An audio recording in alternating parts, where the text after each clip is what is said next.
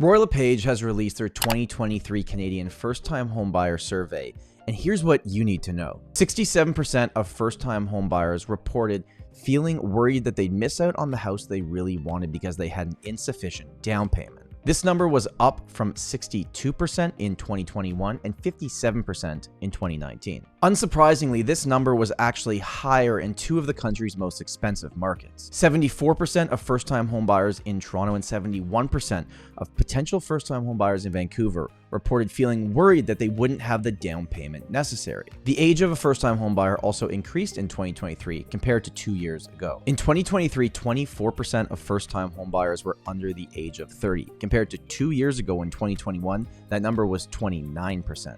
Here's the data you've probably been waiting for. A large portion of first-time homebuyers in Canada are receiving help to buy that first home. More than 1/3 of first-time homebuyers in Canada, 35% of them, received a lump sum payment to help with their property purchase. And a quarter of buyers, 25%, receive support on their monthly mortgage payments. Despite these affordability challenges, the value of home ownership remains strong for Canadians. So what can you do to actually get into the housing market in Canada? The first thing I would recommend is understanding that the first property you buy isn't going to be your forever home. Getting into that market, paying down the principal portion of your mortgage, building equity helps a lot of first-time homebuyers jump up to the next property.